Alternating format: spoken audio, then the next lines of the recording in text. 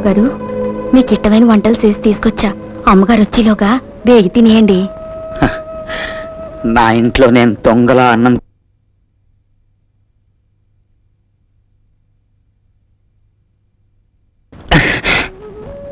కాస్త విషం తెచ్చిపెట్టవు. బాబు గారు, అవునే, నన్ను చావకుండా లేవకుండా చేసి పైగా పిచ్చివాడిగా ముద్ర వేసి ఈ గదిలో పడేశారు ఆ రాక్షసులు. దానికి కూడా నేను బాధపడలేదు. కానీ ఆ నీచురాలి మాటలు నమ్మి నా కన్న కొడుకు కూడా నన్ను పిచ్చివాడిగా చూస్తున్నాడు. అదే అదే నా గుండెల్ని కాల్చేస్తోంది. బాధపడకండి అయ్యా, ఏదో రోజు అబ్బాయి గారు నిజం తెలుసుకుంటారు. మీకు మళ్ళీ మంచి రోజులు వస్తాయి. తినండి. ఈ ఇంట్లో చేత్తో పని చేయాలి, నోటితో కాదు.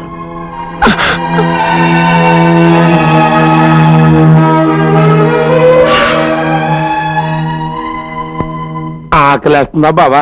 ఉండు, తిని పెడతాను. ఏమయ్యా, నువ్వు మనిషివా పశువా? అన్నయ్య గారు ఆకలి మీద ఉంటే నువ్వు ఒక్కడవే పందిలాగా తింటావా? నాకు కూడా పెట్టు. పట్టు. ఆ, ఆహా! ఓహో బావా, ఏ గుడ్డు కన్నా కోడో గానీ సూపరా. నువ్వు కూడా తింది కానీ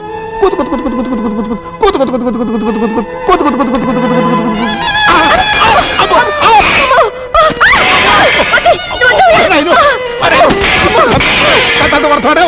అమ్మో,